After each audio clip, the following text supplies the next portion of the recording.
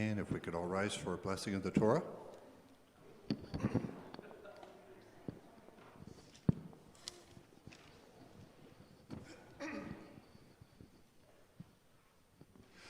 Baruch et Yahweh HaMivarach. Baruch et Yahweh HaMivarach le'olam va'ed. Baruch Yahweh HaMivarach le'olam va'ed. Baruch atah Yahweh Eloheinu melech haolam. Asher bakar banu mikol ha'amim v'natan lanu et Torato. Baruch atah Yahweh, Baruch Shemo, Noten HaTorah. Amen.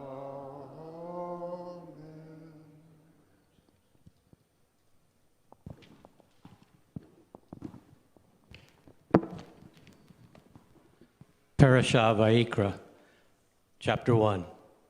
Now Adonai called to Moses and spoke him out of the tent of meeting, saying, Speak to Ben Israel and tell them, when any one of you brings an offering to Adonai, you may present the offering of livestock from the herd or from the flock. If his sacrifice is a burnt offering from the herd, he is to present a male without blemish.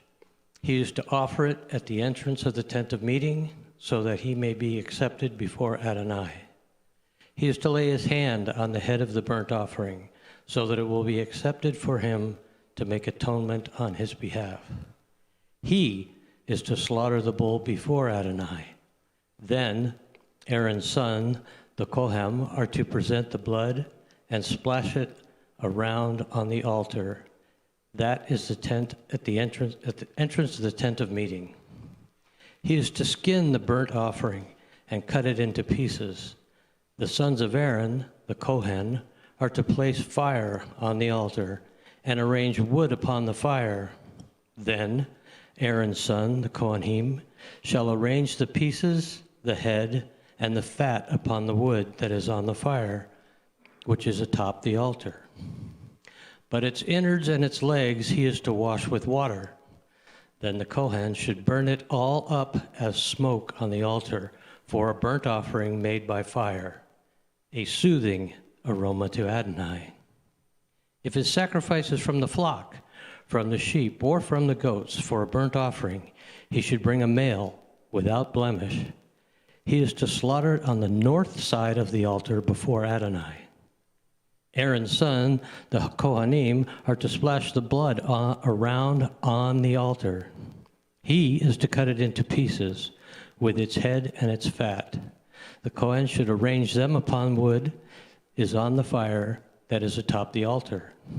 But the innards and the legs he is to wash with water. The Kohen is to offer it all and burn it on the altar. It is a burnt offering made by fire, a soothing aroma to Adonai. If his sacrifice to Adonai is a burnt offering of the birds, then he should bring his offering of turtle doves or young pigeons that the Kohen is to bring to the altar. Wring off its head and burn it on the altar. Then its blood is to be drained out on the side of the altar. Also, he is to cut out the digestive tract with its filth and cast it beside the altar on the east side onto the place where the fat ashes. He should tear it by its wings, but not divide it up. The Kohen should burn it upon the altar on the wood that is on the fire. It is a burnt offering made by fire, a soothing aroma to Adonai. You may be seated.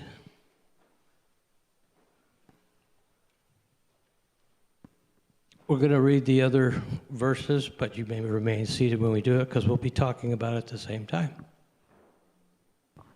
So we're going to do it a little different this morning in that all of us are taking turns reading the different sections of the Torah portion, and it's open for discussion using the Midrash rules. So please feel free to share what the Holy Spirit has taught you during this week in reviewing the portion, and we will also share.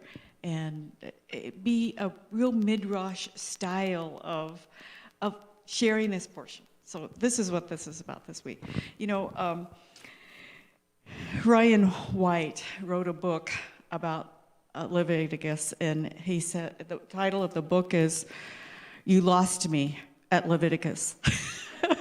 Because isn't it true? Here we're kind of following along with Genesis and then Exodus, and then we get to Leviticus and we go, yeah, that.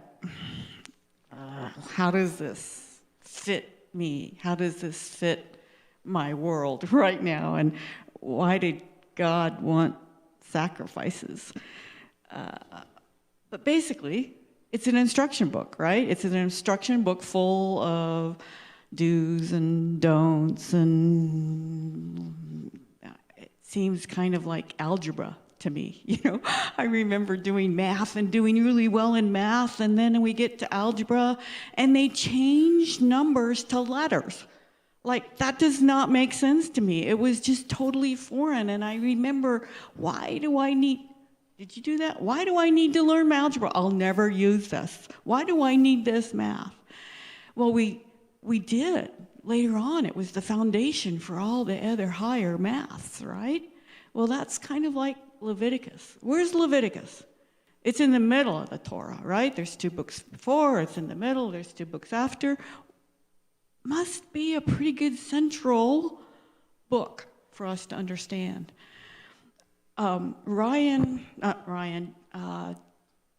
David Lancaster, he helped write the book series for FFOZ called Unrolling the Scroll, and he talks about it a little bit about, let me see if I can find it here. Here. So, "Is God Talking to Me" is the title of his section. "Then the Lord called to Moses, and he spoke to him from the tent of meeting." We'll get into that. Called. But Moses was unusual. God spoke directly to him. He called out to him. In Leviticus 1:1, the 3rd time God calls Moses in the Torah. Previously, he called him from the burning bush, and then from Mount Sinai, and now he's calling him from the tent of meetings. David talks about his first Messianic congregation that he ever attended, and that particular church was very influenced by charismatic and Pentecostal Christian culture. He was excited to learn about the Torah. He says, "But I was often confused by brothers and sisters who frequently and casually reported hearing directly from God. It seemed that Moses would fit well into this congregation." Everyone claimed to have a hearing directly from God, and personal prophecies were not uncommon. If God was really speaking to the people in attendance, I didn't want to be left out. I could not escape the feeling that something was amiss. Those who claimed to be hearing from God and reporting his words did not seem to have anything substantiative to say. It seemed like God was rambling. Worse yet, occasionally well-meaning congregants would try to help my family out by offering us prophecies that God had given them for us. How were we to know if these prophecies were genuinely from God or simply self-induced delusions? I decided to ask one of my Torah teachers about this problem. I asked him, "How can I know if God is talking to me?" He looked at me with a funny look, and he asked, "Is he telling you to study the laws of purity and sacrifices in Leviticus?" "Oh, no," I replied. "He's not telling me anything. Why do you ask that?" The teacher shrugged. "If you hear a voice telling you to study Leviticus, study Leviticus. It must be from God." In other words, it was a challenge to him to study Leviticus. And that's my challenge too, is to understand the underlying of it. And in it, you'll see the do's and don'ts. But it's asking us to draw near to God. He asked Moses from the tent of meeting, come here, come here. But God's holy. He's pure. How can we come to him? That's what Leviticus is about. It's the hope, it's the forgiveness, it's the love of God in a poetry form of do's and don'ts. So we'll be sharing that today with you, and you share it with us as we talk about Leviticus.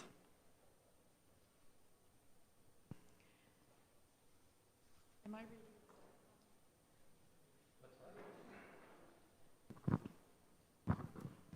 So chapter 1 was the burnt offering. And it's ole. And it should be noted that when people are uninitiated, think about the sacrifices, they have in their mind that it's all about sin and it's all about death and how horrible it could be. And that's where they get the idea of, gee, the God of the Old Testament was stern and brutal, and Jesus came and he's love and peace and kindness. Well, it's the same.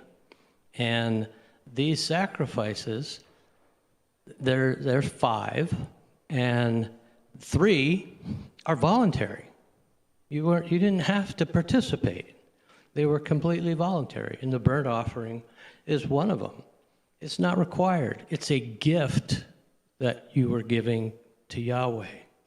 And even when we do talk about the mandatory, the sin sacrifice and the redemptive sacrifice, Hosea 6:6, where God says, I don't desire the sacrifice. It's required for you to come back, for you to approach the holy, but I don't desire it. What did he desire?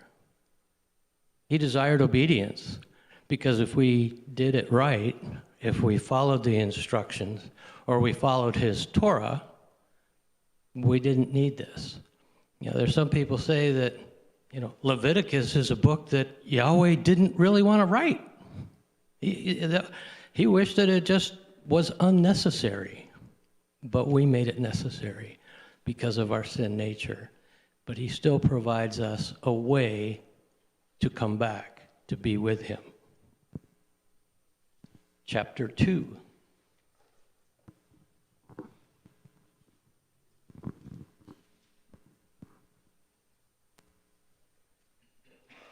I closed my Bible too soon.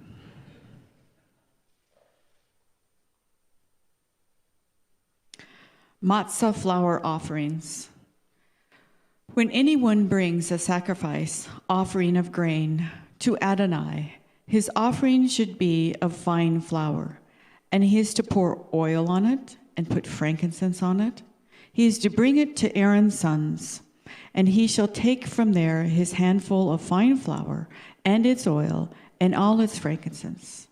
Then the Kohan will burn up as smoke as a memorial portion on the altar, an offering made by fire, a soothing aroma to Adonai. What is left of the grain offering is for Aaron and his sons, and most holy portion of the offering to Adonai made by fire. When you bring a sacrifice of offering of grain baked in the oven, it is to consist of matzah, cakes of fine flour mixed with oil, or matzah wafers anointed with oil. If your sacrifice is a grain offering from the pan, it is to consist of fine flour mixed with oil, matzah. You should cut it in pieces and pour oil on it. It's a grain offering. I think we'll be hearing more about matzah. Now, if your sacrifice is a grain offering of the pan, I read that, didn't I? Yeah. When you bring the grain offering that is made of these things to Adonai, it is to be presented to the Kohan, and he is to bring it to the altar. The Kohan is to make from the grain offering its memorial portion and burn it up as smoke on the altar, and an offering made by fire, a soothing aroma to Adonai. What is left of the grain offering is for Aaron and his sons, a most holy portion of the offerings to Adonai made by fire.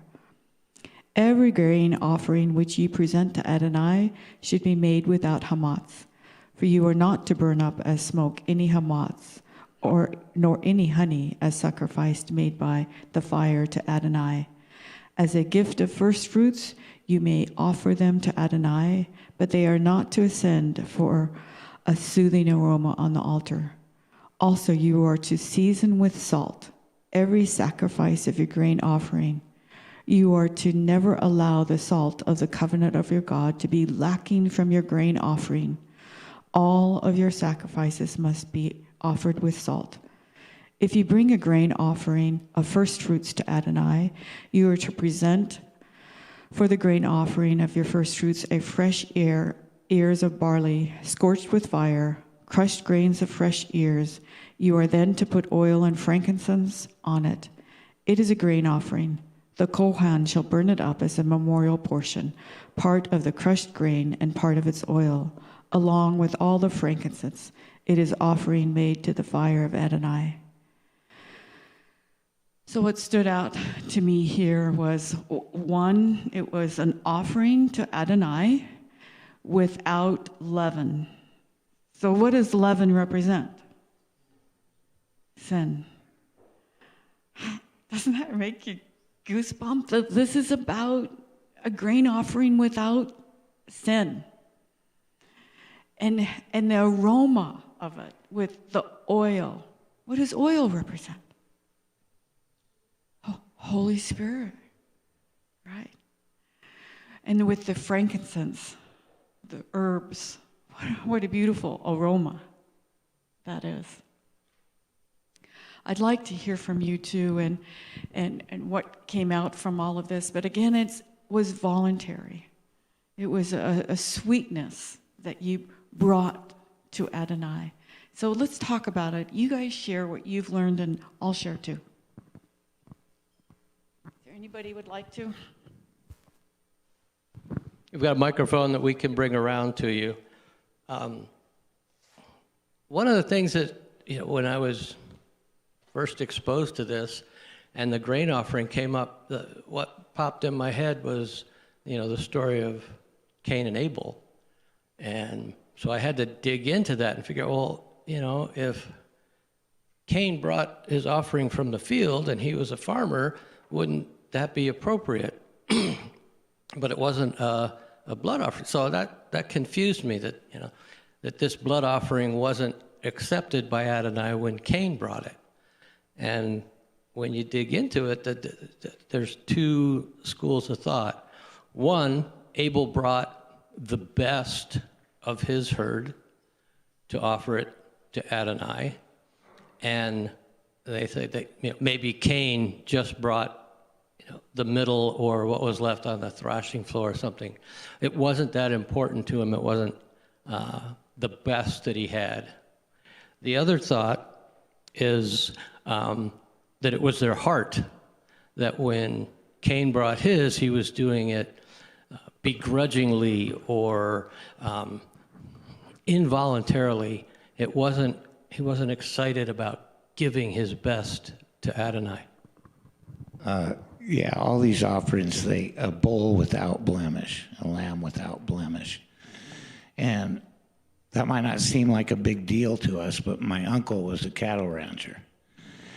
And a bull without blemish, a prize bull's worth like as much as his house. So that was a faith thing, that you brought that, the very best, because that's what you wanted breeding, for breeding purposes. But so I believe it's part of faith, like the tithe. I believe if you tithe, you end up with more money in the end. You just do. And Yahweh shows us that in Leviticus and these sacrifices. Yeah, I really, in this study, realized that God laid out a way to come to him. And it's kind of like saying, like we have Passover coming up and we'll be guests at someone's house. What can I bring? And they might say, well, we really need a vegetable dish. And instead, everybody's counting on you bringing the vegetable dish, and what do you bring? You bring a game to play. You see what I'm saying? God has given us an instruction of what we can do that will please him. It's kind of like the 5 languages of love. By the way, that was originally written in Leviticus. He's showing us how to love him. He's giving us an instruction of what gift we can bring him, voluntarily bring him this gift. I just love that picture. But I wanted to add the bit about salt. There was this whole section about salt and the value of salt. And in the sacrifices, everything was salted. It was a part of the covenant of adding salt. So we'll be sitting or participating in the altar of Passover, and we will see salt being a part of our Passover.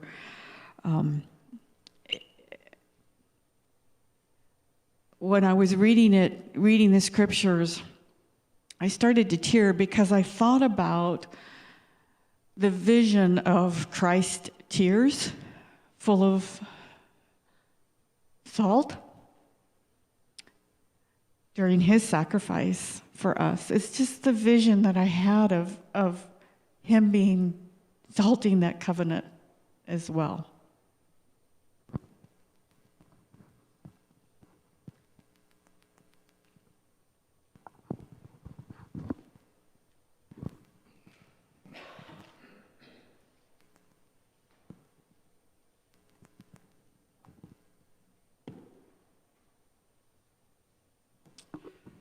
Chapter 3. And if his obligation be a sacrifice of peace offering, if he offer it of the herd, whether it be male or female, he shall offer it without blemish before the Lord. And he shall lay his hand upon the head of the offering and kill it at the door of the tabernacle of the congregation. And Aaron's sons, the priest, shall sprinkle the blood upon the altar around about. And he shall offer the sacrifice of peace offering and offering made by fire unto the Lord. The fat that covereth the inwards, and all the fat upon the inwards, and the 2 kidneys, and the fat that is on them, which is by the flanks, and the caul above the liver, with the kidneys, it shall he take away. And Aaron's son shall burn it on the altar upon the burnt sacrifice, which is upon the wood that is on the fire. It is an offering made by fire of sweet savor unto the Lord. And if his offering for a sacrifice of peace offering unto the Lord be the flock, male or female, he shall offer it without blemish. If he offer a lamb for his offering, then shall he offer it before the Lord. And he shall lay his hand upon the head of the offering and kill it before the tabernacle of the congregation.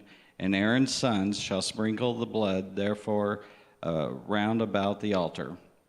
And he shall offer of the sacrifice of peace offering and offering made by fire unto the Lord, the fat thereof, and the whole rump, it shall he take off hard by the backbone, and the fat that covereth the inwards, and all the fat that is upon the inwards, and the 2 kidneys, and the fat that is upon them, which is by the flanks, and the caul above the liver, with the kidneys, it shall he take away. And the priest shall burn it upon the altar. It is the food of the offering made by the fire of the Lord.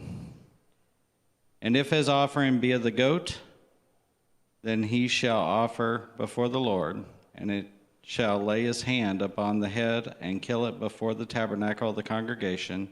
And the sons of Aaron shall sprinkle the blood thereof upon the altar around and about. And he shall offer thereof his offering, even an offering made by fire unto the Lord, the fat that coveth the inwards, and the fat that is upon the inwards, and the 2 kidneys, and the fat that is upon them, which is by the flanks, and the caul above the liver, and the kidneys, it shall he take away. And the priest shall burn them upon the altar, and it is food of the offering made by the fire, for a sweet, savory, all the fat is the Lord's. It shall be a perpetual statute for your generations throughout all of your dwellings, that ye shall eat neither fat nor blood.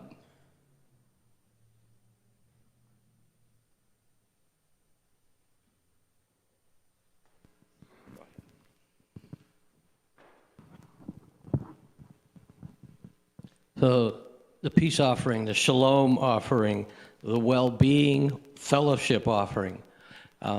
This is the one that everybody was excited about. They wanted to be able to give this offering. They may wait years to be able to do it. They may raise the animals themselves, or they wait to have the money to purchase it, and they get to bring this one to the peace. It's also voluntary. But one of the things that comes out with the shalom or the peace or the fellowship offering is after it's given, the priest gives some of that back to the family that brought it, and they get to take it home and share that amongst their family and their friends. Some of us might get really excited if we, save the money and go throw down $120 on some prime U.S. beef and invite our friends over for a barbecue. How much more special would that be if what you were getting was just a part of that you helped raise, that you waited, that you offered first to God, and that you offered to the priest, and they took their part, and then they gave you some of this back, some of this peace, some of this love to share with your family or your friends and with the Lord. You're giving this to all of those. This was an offering that was exciting for them. And again, it's a voluntary offering. And in here, we're using the terms, and the scriptures use the term offering and sacrifice synonymously. It's back and forth. Because the offering or the tithe or what you're giving to God should cost you something. There should be some sacrifice there. You're giving up something of yourself to give back to Yahweh. And so if you're in the position where you're discussing this with some of your friends and they don't understand the sacrifices, they have in this mind of what it is, you can explain that to them, that yes, it's a sacrifice, but it's a gift. It's a gift that we want to give because it brings us back into fellowship with Yahweh. Again, it's about drawing near to God. And he wants us to come to his table. Much what we'll be celebrating in the next couple of weeks with Passover, to eat and have fellowship at his table. The passage talked about the laying on of hands. And some of you know or have heard how the Hebrews were to bring their lamb in. And anywhere from 4 to 14 days, this lamb was in their home. Of course, everybody fell in love with this lamb. Why do you think God did that? Because you would realize the sacrifice when you had to take, when Papa and the oldest son had to take their lamb to the priest. What a sacrifice that was. The pain of that. A life was given for us. That lamb didn't deserve it, but that life was given. The laying on of hands was not a transference of my sin onto the lamb. It was, I'm connecting with you for what you're doing for me. Thank you for doing this for me. That's what the laying on of hands was about. What I love about Leviticus is it's his love shown to us, saying, I want to have fellowship with you.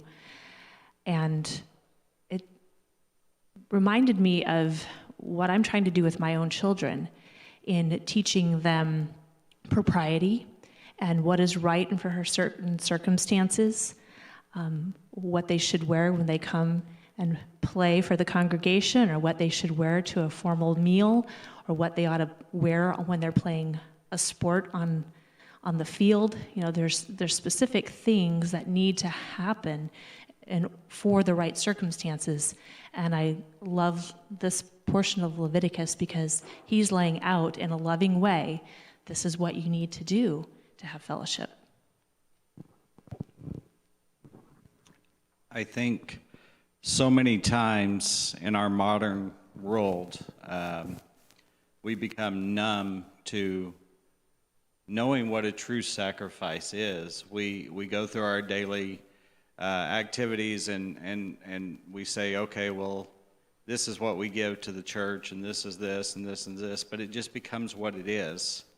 And instead of knowing it should truly be a sacrifice to do that. So if you're in that place and you're in that rut of, well, you know, it's that week and we're going to write that $20 check or $10 check or whatever to the church, and you feel that unction, and he says, put an extra 0 there, or maybe 2. And, you know, and I'm relating that to a tithe, but, you know, we have to realize it was made to be a sacrifice and not our duty. And I think we fall into that so much. And you look at the picture of this of, you know, they did feel a connection with that lamb. They did feel a connection. They did take their prize bull there, you know, without blemish. As our brother was speaking, you know, I too was raised on a cattle ranch. A bull without a blemish is like so rare. I mean, that's an amazing thing to have, and to know that you're going to sacrifice that is a huge, huge thing. You know, so we have to realize it is our first sacrifice that we have to make with everything that we have. And really, where is it a sacrifice and not a duty? And I think that's a self-examination that we really have to look into. I love that picture that you gave. The thing that really stood out to me in studying this was, in my background, I thought the sacrifices were about our sin. Instead, this is about, it's not about my willful sin, which I do every day. It's about unintentional sin. Unintentional sin. This is a way we can approach the Holy of Holies. So, you know, otherwise, if God put it out there, I could go, well, if I lie today, I need to bring a dove tomorrow. Or what's another a la carte? Let's see. I really am tired of my neighbor. Like that takes an ox. You know what I'm saying?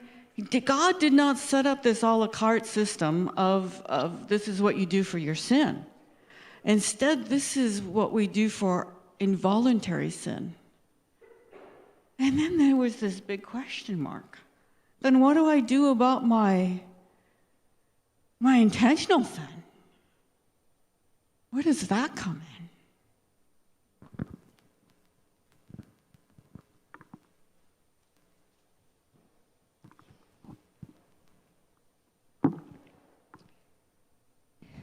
Now the Lord spoke to Moses, saying, Speak to the children of Israel, saying, If a person sins unintentionally against any of the commandments of the Lord in anything which ought not to be done, and does any of them, if the anointed priest sins, bringing guilt on the people, then let him offer to the Lord for his sin, which he has sinned, a young bull without blemish as a sin offering.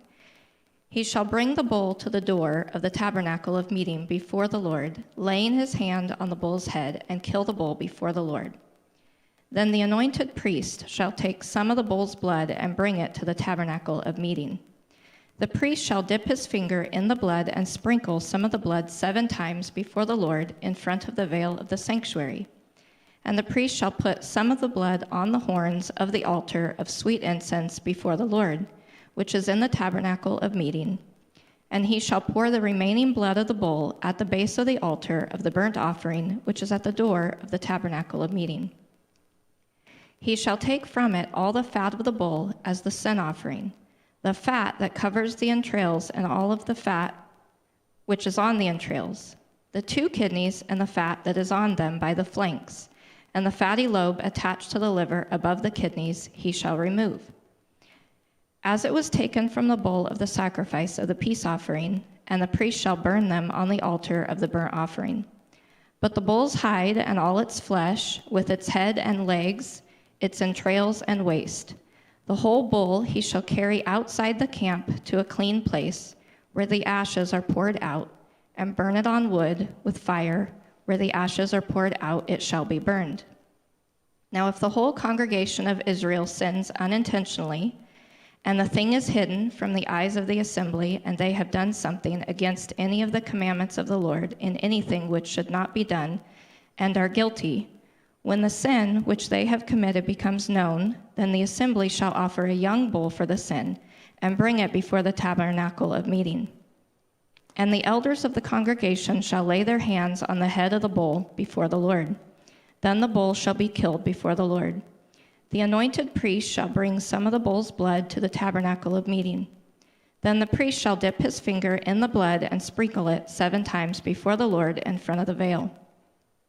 And he shall put some of the blood on the horns of the altar which is before the Lord, which is in the tabernacle of meeting, and he shall pour the remaining blood at the base of the altar of burnt offering, which is at the door of the tabernacle of meeting. He shall take all the fat from it and burn it on the altar, and he shall do with the bull as he did with the bull as a sin offering. Thus he shall do with it. So the priest shall make atonement for them, and it shall be forgiven them. Then he shall carry the bull outside the camp and burn it as he burned the first bull. It is a sin offering for the assembly. When a ruler has sinned and done something unintentionally against any of the commandments of the Lord, his God, in anything which should not be done, and is guilty, or if his sin, which he has committed, comes to his knowledge, he shall bring as his offering a kid of the goats, a male without blemish. And he shall lay his hand on the head of the goat and kill it at the place where they kill the burnt offering before the Lord. It is a sin offering. The priest shall take some of the blood of the sin offering with his finger, put it on the horns of the altar of burnt offering, and pour its blood at the base of the altar of burnt offering. And he shall burn all its fat on the altar, like the fat of the sacrifice of the peace offering. So the priest shall make atonement for him concerning his sin, and it shall be forgiven him. If any one of the common people sins unintentionally by doing something against any of the commandments of the Lord in anything which ought not to be done, and is guilty, or if his sin which he has committed comes to his knowledge, then he shall bring as his offering a kid of the goats, a female without blemish, for his sin which he has committed. And he shall lay his hand on the head of the sin offering and kill the sin offering at the place of the burnt offering. Then the priest shall take some of its blood with his finger, put it on the horns of the altar of burnt offering, and pour all the remaining blood at the base of the altar. He shall remove all its fat, as fat is removed from the sacrifice of the peace offering, and the priest shall burn it on the altar for a sweet aroma to the Lord. So the priest shall make atonement for him, and it shall be forgiven him. If he brings a lamb as his sin offering, he shall bring a female without blemish. Then he shall lay his hand on the head of the sin offering and kill it as a sin offering at the place where they kill the burnt offering. The priest shall take some of the blood of the sin offering with his finger, put it on the horns of the altar of burnt offering, and pour all the remaining blood at the base of the altar. He shall remove all its fat, as the fat of the lamb is removed from the sacrifice of the peace offering. Then the priest shall burn it on the altar, according to the offerings made by fire to the Lord. So the priest shall make atonement for his sin that he has committed, and it shall be forgiven him.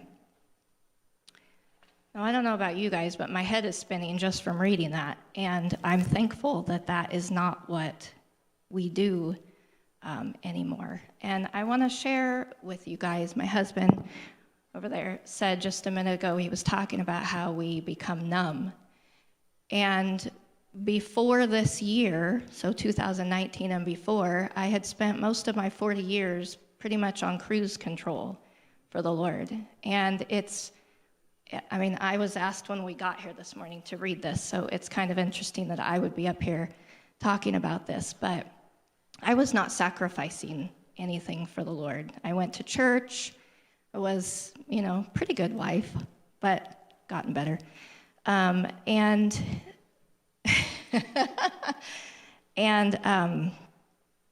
Last year, the Lord said, "You're done. You're done in cruise control." He turned it off. It was harsh. It was painful. It was beautiful. And I wouldn't trade it for anything. I'm here. I'm learning things that I've never learned before. And it was time for me to sacrifice. It was time for me to wake up, and it was time for me to sacrifice, because God uses us in other people's lives, and it's really hard to do what God wants you to do in other people's lives when you don't sacrifice anything for God. And so I'm sure most of you here are much further in, especially this Messianic walk that's brand new to me. But what I would say is, if your palms are sweaty, if your heart is beating 100 miles a minute, if you are feeling that way, the Lord is knocking on the door of your heart, and he wants to do something in your life. And it's scary, and our flesh doesn't like it, and we're going to fight every second of it. But when you surrender, the Lord does something beautiful, and then you do beautiful things in other people's lives.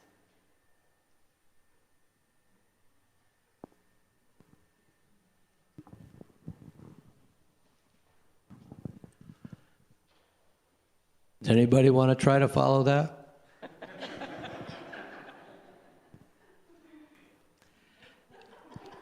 It is interesting that when you read that and you try to, if you're trying to, you would diagram sentences and figure out, okay, if it's this person, then it's this animal, and it's got to be a male, or it can be a female.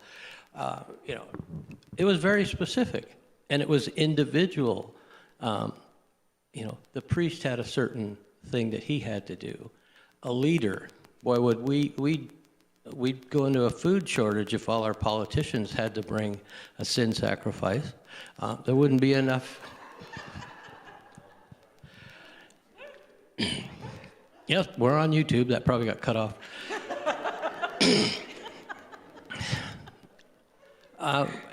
But it was specific and intentionally that way. It had to be something that was thought about. It couldn't be cruise control. It had to be, done in a specific way, and we're supposed to live our lives in that specific way. Even though we're not in the sacrificial system now, we're still supposed to live our lives specifically according to the instructions.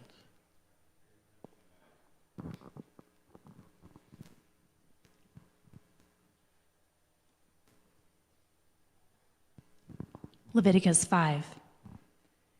When someone sins in any of these ways, if he has seen, heard, or known about something he has witnessed and did not respond to a public call to testify, he is responsible for his sin.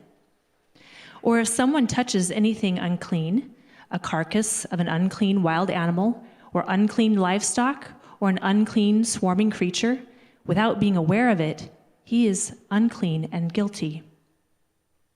Or if he touches human uncleanliness, any uncleanness by which one can become defiled, without being aware of it, but later recognizes it, he is guilty. Or if someone swears rashly to do what is evil or good concerning anything a person may speak rashly in an oath, without being aware of it, but later recognizes it, he incurs guilt in such an instance. If someone incurs guilt in one of these cases, he is to confess he has committed that sin.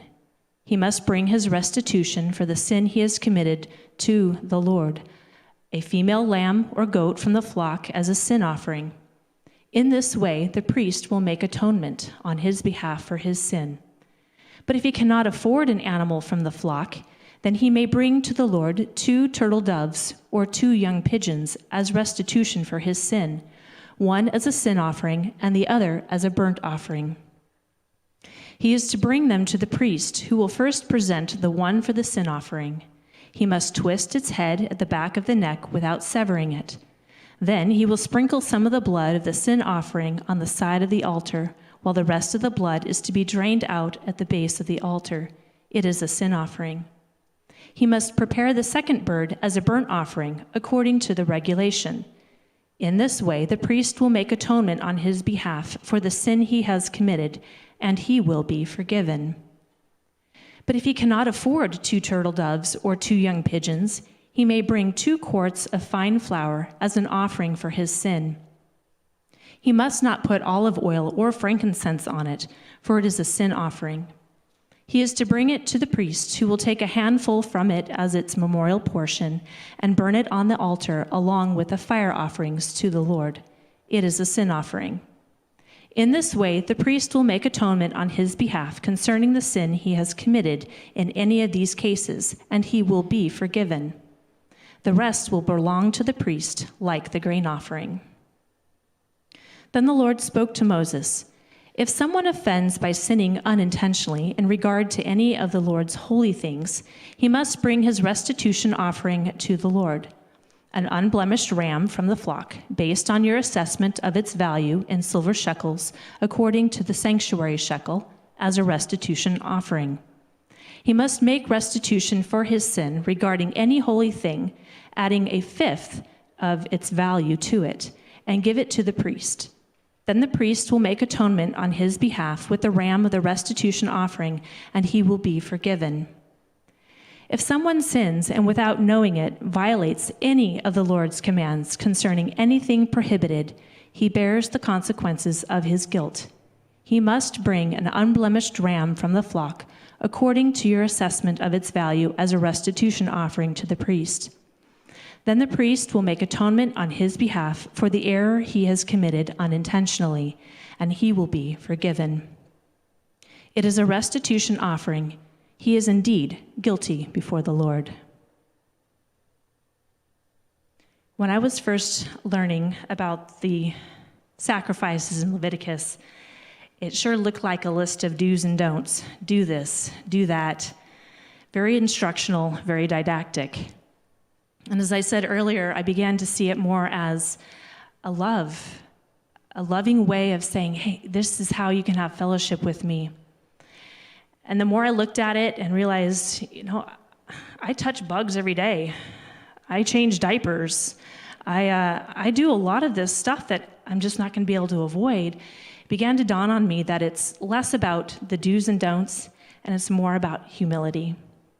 And I appreciate what you said, Mike, earlier about, from Micah 6, that what does he say? What does he require of you, O man? To do justly, to love mercy, and to walk humbly with your God.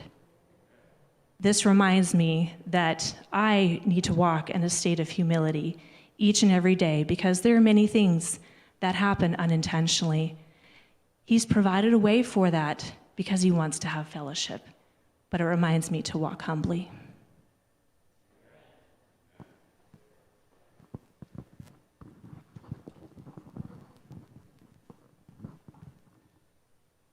So Vayikra, what can we do with this now today? Especially when you're talking to somebody who may not be studying the Tanakh, the Torah and the Tanakh.